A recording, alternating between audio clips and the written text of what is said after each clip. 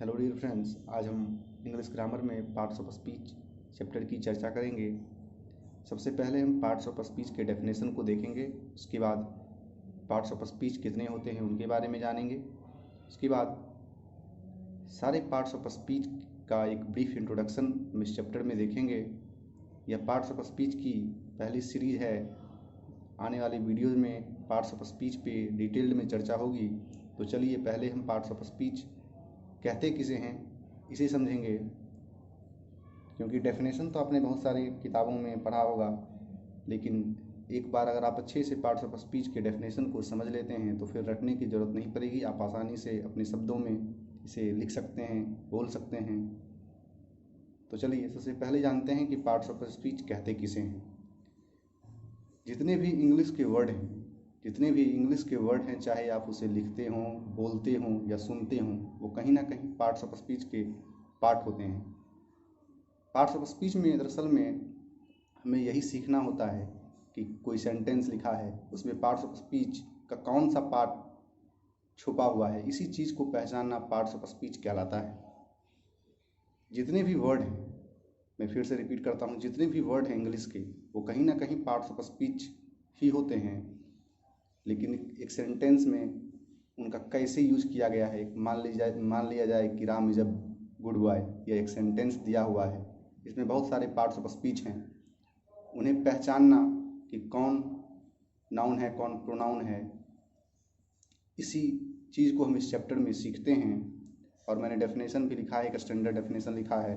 All the words of English are divided into 8 groups according to the work they do in a sentence. कोई भी word एक sentence में कैसा काम कर रहा है, उसे हम पार्ट्स ऑफ स्पीच के नाम से जानते हैं। और पार्ट्स ऑफ स्पीच को 8 भागों में बांटा गया है, नाउन से लेकर इंटरजेक्शन तक। इस वीडियो में हम नाउन से लेकर वर्ब तक पढ़ेंगे। नेक्स्ट सीरीज में हम बाकी बच्चों को कवर करेंगे। सबसे पहले हम यह जानेंगे कि नाउन किसे कहते हैं। पार्ट्स ऑफ स्पीच में सबसे पहले हमें नाउन पढ़ना है, तो हम नाउन जानेंगे। तो नाउन किसी भी दुनिया में कोई भी वस्तु, व्यक्ति, कोई भी चीज़ जिसका आप एक नाम दे सकते हैं, उसे हम नाउन कहते हैं। अब बहुत सारी किताबों में एक डेफिनेशन है कि all the words whom you give a name, जिसे भी आप एक नाम दे सकते हैं, नेमिंग वर्ड को नाउन कहा जाता है। पर्सन, चाहे वो पर्सन हो, प्लेस हो, थिंग हो, उसे नाउन कहा जाता है। जो भी चीज़ आपको दिखाई दे रही हो उसे आप नाउन कह सकते हैं। फॉर एग्जांपल लैपटॉप, छत, mobile, motorcycle, cycle, Ram, Mohan, Sohan, सारे के सारे नाउन हैं। यहाँ तक कि मैं, आप, आपके माता पिता, आपके भाई बहन, जो भी हैं, सारे के सारे तो व्यक्ति हैं जिनका हम एक नाम दे सकते हैं, वो नाउन हो गया। जगह में आ जाइए, पटना, दिल्ली, गोवा, ये स्थान के नाम हुए।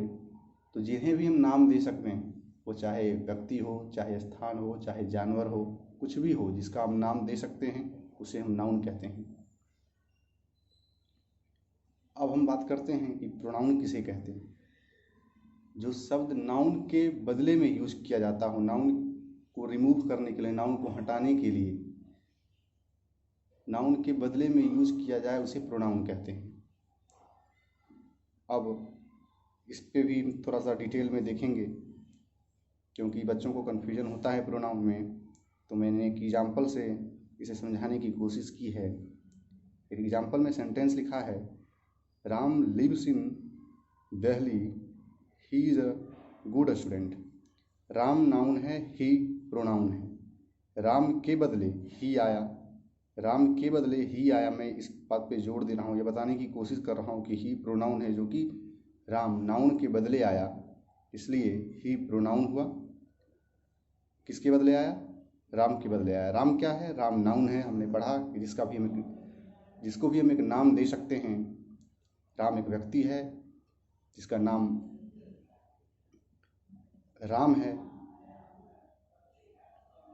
तो जिस व्यक्ति या वस्तु या जानवर, जिसका भी हम एक नाम दे सकते हैं, उसे हम नाउन कहेंगे। और नाउन के बदले जो प्रयुक्त हो उसे हम प्रोनाउन कहते हैं। और भी रीजन आपको अगर जानना है और अच्छे से आपको समझना है तो बस आप इतना समझें कि सुपरफ्लुअस यूज से बचने के लिए हम नाउन की जगह प्रोनाउन का यूज़ करते हैं।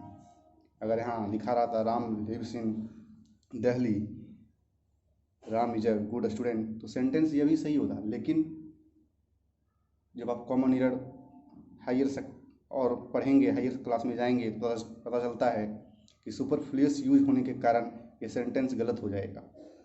या बार बार दूसरा रीज़न ये भी दे सकते हैं कि बार बार एक राम राम करने से सेंटेंस ना सुनने में अच्छा लगता है ना देखने में, लेकिन जब हम प्रोनाउन का यूज़ करते हैं तो सेंटेंस एक अच्छे स्ट्रक्चर में अच्छा दिखता है, बोलने में अच्छा लगता है। तो प्रोनाउन का हम यूज क्यों करते हैं, मैंने इस पर विशेष जोर दिया, शायद आपको चीज़ें समझ में आई होंगी। अब हम बात करते हैं कि एडजेक्टिव किसे कहते हैं। जो नाउन या प्रोनाउन, मैंने नाउन या प्रोनाउन बोला क्योंकि लगभग नाउन के बदले प्रोनाउन आता है। तो एडजेक्टिव जो नाउन या प्रोनाउन की विशेषता को बतलावे उसे हम एडजेक्टिव कहते हैं। For example, Ram is a good student, good adjective है, किसके बदले में आया, राम के बदले में।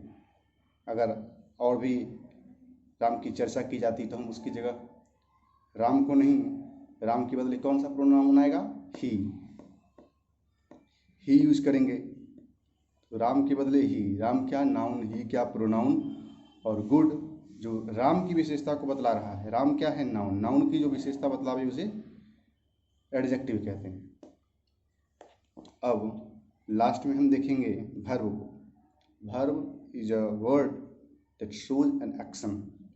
जो भी एक्शन आप करते हैं डे टू डे लाइफ में, चाहे आप खाते हों, पीते हों, दौड़ते हैं, जो भी एक्शन आप करते हैं, जो भी आप काम करते हैं, उसे हम वर्ब के नाम से जानते हैं।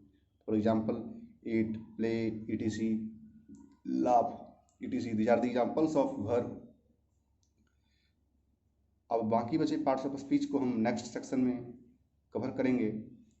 अगर आपको वीडियो अच्छी लगी हो तो लाइक, शेयर एंड सब्सक्राइब जरूर करें। Thank you.